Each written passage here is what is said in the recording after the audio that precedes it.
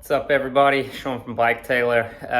We are looking today at a Cervelo S5. It's a 2023 model, and it needs new headset bearings. So, yeah, not a standard procedure. So I am kind of videoing this as much for myself as it is, because going forward, it's not going to be super easy to remember all of this. So, yeah, I'm just going to take sort of videos of the steps as I go, and hopefully this helps somebody else out there that's doing the same thing. All right, let me turn the camera around. All right, so first things first, I am going to unwrap the bars and disconnect the hydro lines and then just seal those up because we're gonna have to pull those out. So yeah, let me get to that and then we'll carry on from there. So once you have it all unwrapped, you get to this point here, you use your 8mm and your 10mm to unscrew this, and then you go to chop the cable or the hose. So I've chopped it like that. So you chop off the now used olive and barb, which have to get thrown away. Keep your compression nut, and now I've got a new barb, which I'm gonna put into the hose, and then I've got these from SRAM which just block it all up, so we're not going to lose any fluid in all of this. So I'll do that now. And so now we've got it blocked up, so when we pull it through all of this stuff, we're not going to lose any fluid or get it over components. That's also why you want to leave your hoses a bit long when you build, so that because every time you got to remove or get to the headset, you're going to have to cut this and you lose a little bit of hose length, about 1 centimeter. So it's always worth leaving a little bit longer if possible. All right, I'll do the other one and then we'll get to taking this stuff off. So removing the handlebars, we start by loosening off and removing the 4 bolts on this side and the other side. It's worth noting where they are because there's a little bit of rotation in the handlebar. So in this case, we can see it's rotated all the way to that forward position, so the bolt's always right at the front. So worth noting because that is going to change how the bar sits. All right, so you unscrew those. There's this little fitting that goes through the handlebar and into the stem mounts over there. They are directional, so you got to actually know which way is forward. Oof, can you see that? Forward, and it tells you right, left. So that's important to remember. So that one's going to sit on the right side and on the right side, and with the arrow pointing forward over there. All right, next we have to remove the stem. So you remove these little caps, set them aside somewhere. Okay, and then you start off by loosening this bolt over here. So rotate it to the side, loosen this bolt off here, and then we're going to remove those 3. Okay, so with those all completely loosened, it's definitely going to be worth noting, just to make my life easier, which hose is which. You got your front and your rear, so it's going to definitely be worth just marking them with a bit of masking tape so that when I get back to this later I know which way I'm going. So I'll do that now. I'll pull those through and just mark it out with masking tape. So now sometimes you need to just check that's still loose, and then we're going to loosen off and remove the tension rod, and the cone over here will come out. So I'll do that now. So yeah, when you pull this tension rod out, it'll come out with the cone, and just note that your rear hose is coming through as well, the cone. All right, next thing we're gonna do, there's this little spacer that sits underneath here. So there's 3 screws, 1, 2, and 3, that you need to remove. So they should be really loose because I think it's only 1 Newton-meter. So I'll remove those. I think it's a 2.5 hex. Remove those, and then you rotate the fork to the right or left or whatever and pull it out. So I'll do that now. All right, so the spacer is not super easy to get out because I think when you're installing it, you don't have your lines through there, but so it sits underneath like this orientation. So to get it out, because you've got this line still in there. I just spun it around awkwardly, and then you can pull it through and the hose goes through that little gap there. So that's out now. So now we'll get to the next part. To actually remove the fork so we can get to the bearings, we have to rotate the fork, and then you'll end up actually having to like tilt it forward to get it out. Can't do that with the hose there, but what we can do is we can just bring the fork forward a little bit like that, and now I can pull the hose out and get it through so we can then remove the fork. So I'll do that now, so I got both hands, and then we'll carry on from there. So yeah, just push the hose back through and now we got it on this side. So now we can remove the fork. So it should, if I am correct, so we should be able to go side and forward, and then it just rotates down like that. And there we go, fork is out. Okay, so that's the fork out. You can see where the bearing seats there, and that's the tension rod threads into that.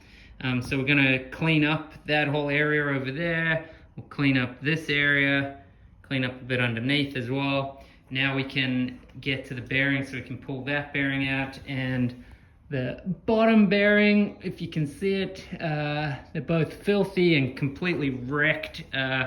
We basically were at a point where it was like indexed steering. They're so bad, the bearings. So I'll pull those out, give those areas just a really good clean, grease up the new bearings, whack them back in, and we'll carry on from there. All right, so now we just got to reverse the process. So now that we got the bearings out, cleaned that all up, same thing underneath. See if we can see it. So we've just cleaned up under there. So now we're gonna grease up here, grease up underneath. There's the old bearings. It's a 1 3/8 and it's a 1 1/8, 36 by 45, both of them. So we've got our new bearings that we're going to grease up and put in their place, and then just reverse the process with putting the fork and all of that on. So I'll video that as we go. So I'll grease and put the bearings in, and we'll go from there. All right, so thoroughly greasing where the bearing seats at the lower and the underside of that, and then all the other surfaces. We've got the grease bearing in there and the grease bearing underneath. So now we're gonna start to put the fork on again. So they suggest, hold on, hard to do this with one hand. So they suggest where you start sideways with it tilted a little bit forward, slide it on, tilt it to the side, and then on. Bearing in mind that we obviously have to get the hydro line through there as well. So let's start by doing that. All right, yeah, it's definitely a little bit finicky, but yeah, you can sort of just really slowly, with a little bit of gap that way, you can manage to just get the hydro line through, and then once you're there, it goes on pretty easily. So it's sitting quite loose right now, which we're going to adjust now by putting in the spacers. So sorry, I'm not showing you. So now we turn it to the side, and we're going to put that spacer back in underneath there. This again might be a little bit finicky because of the hose, so we might have to go in backwards, get it around the hose, and then rotate it so that the splits over here in line. All right, so that's actually getting it through the hose, or the hose through it is not so bad, but lining up the screws is quite difficult when you got grease and all of that in there. So anyway, it was a bit fiddly getting the first one in, and then the other two went in reasonably easily. So that's done now. Let me just check what's next. Yeah, also just of note, those are really like 1 Newton meter, so really don't have to go tight at all. So now what we're gonna do is take the, sorry for the blinking, we're gonna take the cone and the rod. We're gonna put our hydro line through the front, and then this is gonna go down and screw in, and that goes only to 2 Newton meters, so pretty low actually. So let me feed the line through and put that into 2 Newton meters, and then come back to that. All right, so yeah, it can be a bit fiddly, again, just getting that to actually find the thread. So yeah, just making sure that the cone is seated all the way in and that's seated, and then you thread it in. Only 2 Newton meters, which is really low considering it's a 6mm Allen key bolt. So 2 Newton meters, and that should get the preload correct for the fork. So now there's no movement in there anymore, and it's turning freely. The gap is all good there, and then you turn it to the side to get to that bolt, which we go to 4 Newton meters. So that clamps it all on. So now I'll just clean it up a little bit, just so we kind of get rid of the grease that's gone everywhere. Clean it up a bit, and then we'll carry on putting on the stem. All right, so we're onto the stem now. You have those 3 bolts with that little spacer, and just make sure that the spacer, hard with one hand, just make sure that you've got those little serrations at the bottom facing down. And then we're going to grease up the threads and tighten all 3 of them down to 8 Newton meters, like using the same as normal practice, where you don't do 1 at a time, you do 1, 1, 1, 1, little until we get to 8. So we'll do that now. So I mean, actually, yeah, I forgot to mention, but it's kind of obvious. You had to feed the hoses through and then put your bolts and tighten down to 8 Newton meters.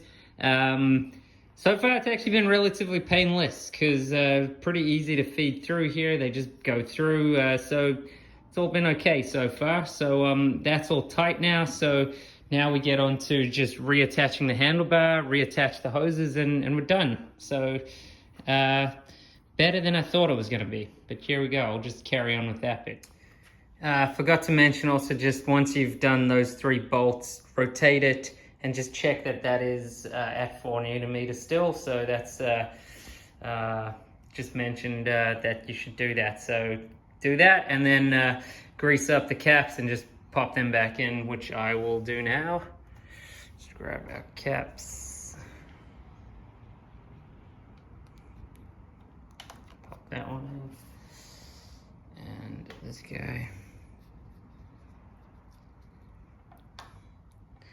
All right, so caps are back in. Good. Get a little wipe. Okay. All right, now to the handlebars. All right, so at this point, we're going to put the bars back on. So with this, you've got to just lightly grease both those tabs, and then just note that there's a left and a right, and look at that arrow for knowing which way is the front or the back of the bike. There, sorry, I'm struggling there. So left and front that way for that one, and then that one's got an R in front as well. So we'll do that, and then tighten these up to 5 Newton meters.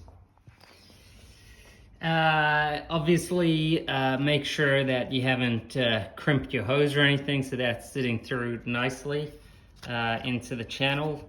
And then, as we said, when we're disassembling, make a note of how the handlebar is sitting, because you've got that much rotation depending on how you want it. So in this case, we had it all the way forward, so that should be looking good. So they're up to 5 Newton meters. And now we just got to attach the hoses back up, and we're done. So, yeah. So as I sort of said, it was definitely easier than I was expecting. I've done some of these integrated headsets that are just a nightmare. This one, it's obviously not as easy as something that doesn't have integrated hoses, which is like a 10 to 20 minute job. This was much more like, how long have I spent? Probably, even with the filming, so a little bit slow, whatever. So probably it's taken me like an hour and a half, 2 hours. Not as crazy long as I was expecting it to be. It's actually pretty well thought out. And I already love the Cervelo S5 as far as how the bike rides and looks. And if I was going to get myself a modern bike with the full integration in that, I'd definitely consider this now, because that's far easier than I've done on some other bikes. So hopefully that's been helpful for anybody else out there that has to do this job and is dreading it or not sure. There is the manual online from Cervelo, which is pretty good in terms of the instructions. But yeah, any questions, I'll do my best to answer, but reasonably straightforward. Anyway, have a great day. See you next time.